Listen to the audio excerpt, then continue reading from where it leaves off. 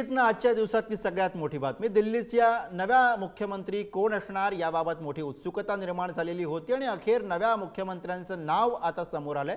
रेखा गुप्ता या दिल्लीच्या नव्या मुख्यमंत्री असणार आहेत, तर प्रवेश वर्मा यांना उपमुख्यमंत्री पद देण्यात आलंय।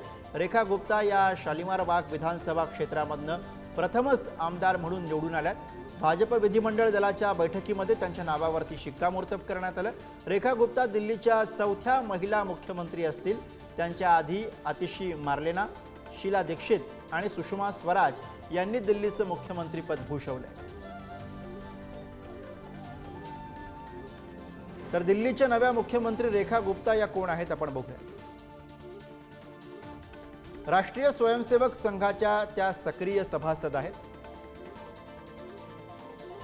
1996 ते 97 मध्ये दिल्ली विद्यापीठामध्ये छात्र संघाच्या त्या अध्यक्षा राहिल्या। 2003 ते 4 ला भाजप दिल्ली युवा मोर्चाच्या सचिव राहिल्या। एप्रिल 2007 ला उत्तरी पीतमपुरा वॉर्डमधून भाजपच्या नगरसेवक बनल्या।